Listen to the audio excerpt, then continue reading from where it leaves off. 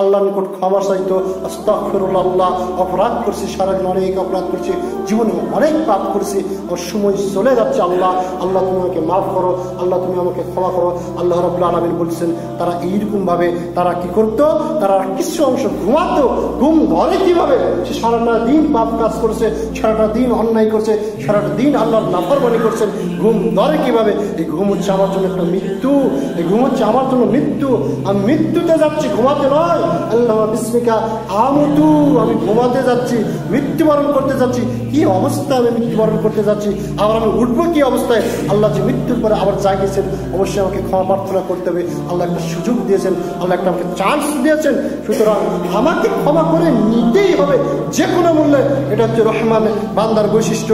মনে আল্লাহ রাব্বুল আলামিন সূরাতুল আলে ইমরান 3 নম্বর সূরা 17 এবং 113 নম্বর আয়াতে বলছেন, ওয়াস-সাবিরিনা ওয়াস-সাদিকিনা ওয়াল-কানিতিনা ওয়াল-মুনাফিকিনা ওয়াল-মুস্তাগফিরিনা বিল আসহার। তারা হচ্ছে ধৈর্যশীল, ধৈর্য সহকারে তারা সালাত আদায় করে, সর্ব অবস্থায় তারা ধৈর্য ধারণ করে এবং তারা সত্যবাদী হয়।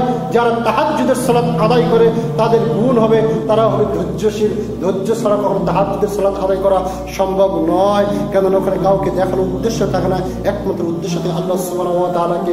ধৈর্য ব্যতীত, নিজের নাফসের বিরুদ্ধে জিহাদ ব্যতীত কখনো সম্ভব নয়। তাই আল্লাহ বলছেন তারা হচ্ছে ধৈর্যশীল এবং তারা হচ্ছে সত্যবাদী।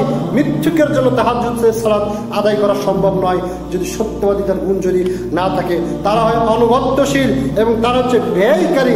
তারপরে মনে আল্লাহ তাআলা বলছেন এবং তারা হচ্ছে শেষ রাতে ক্ষমা প্রার্থী। শেষ যখন রাত হয় তখন আল্লাহর নিকট ক্ষমা প্রার্থনা করে।